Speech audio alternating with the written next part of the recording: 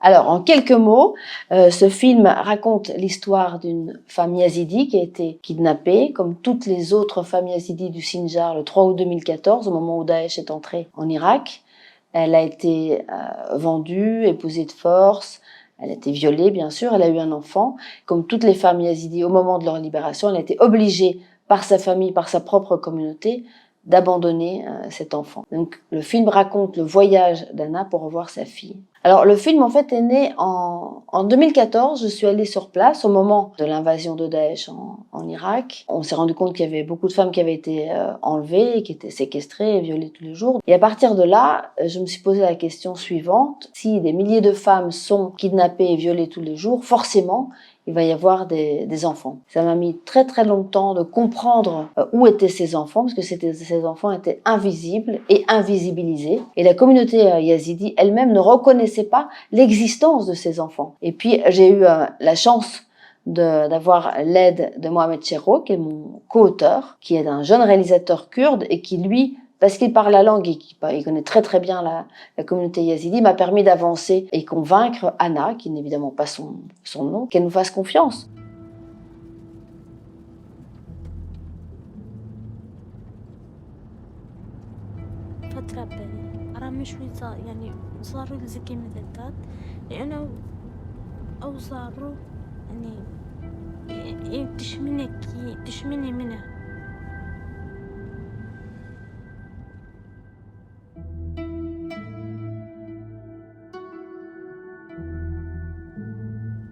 Quand on a dû écrire comment est-ce qu'on va raconter cette histoire, avec Mohamed Cherro, on a imaginé de faire un voyage où il y a une voix, une parole qui s'entend, parce que justement on va avec elle dans la voiture, on participe à ce voyage. Et puis ça lui permettait aussi concrètement de revoir sa fille. Les femmes yazidis ne peuvent pas sortir comme ça des camps de réfugiés toutes seules, prendre un taxi, traverser le Kurdistan, aller voir des gens qu'elles connaissent à peine. Donc c'était deux choses, c'était à la fois des vraies retrouvailles et la manière pour elle aussi de raconter son histoire, de laisser une trace. Et puis je pense qu'elle a conscience du fait que c'est elle la première en fait, c'est elle qui a le courage de briser le silence, briser le tabou, et elle le fait pour toutes les autres. Donc Anna parle pour toutes les femmes yazidis, les survivantes qui ont dû abandonner leur enfant et qui pleurent en silence. Le corps des femmes, c'est la double peine. Alors, à la fois elles sont kidnappées et violées, et puis quand elles reviennent, leur communauté, leur famille, qui devrait être le lieu où elles se sentent accueillies, aimées, dans une potentielle reconstruction personnelle, de résilience. On est puni d'avoir été mise enceinte à cause de ces viols à répétition. Donc c'est vraiment la double peine. Et effectivement, en temps de guerre, le corps des femmes est le champ de bataille préféré à la fois des combattants, mais aussi, dans ce cas-ci, malheureusement, des familles.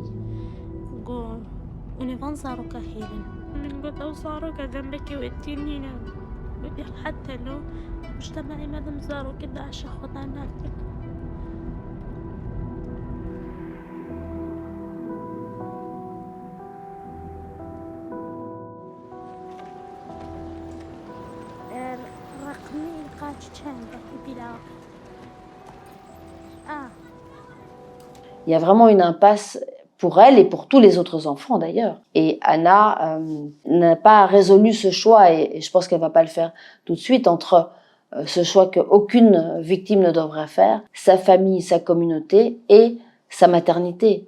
Elle ne devrait pas devoir choisir entre s'occuper de sa fille ou rester vivre avec sa famille. Sa famille devrait être amenée à comprendre, et on espère que ce film, parce que ce film c'est vraiment important, est fait pour la communauté yazidi. C'est une communauté magnifique qui a beaucoup souffert, qui a réglé ce problème des enfants comme ils ont pu à un moment donné. Je pense qu'il y a suffisamment de gens intelligents dans la communauté et à l'extérieur de la communauté pour les amener sur le chemin de la réflexion et permettre aux femmes qui le désirent. C'est pas toutes les femmes qui souhaitent retrouver leur enfant, et il faut respecter ce choix, mais celles qui veulent retrouver leur enfant, il faut leur permettre. Je pense que c'est la nature des choses.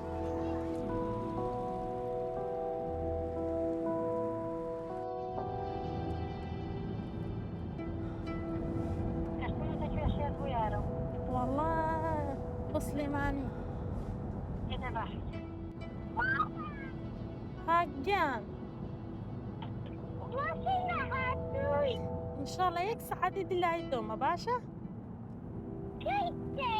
الريكما يفتح اسمها وقفة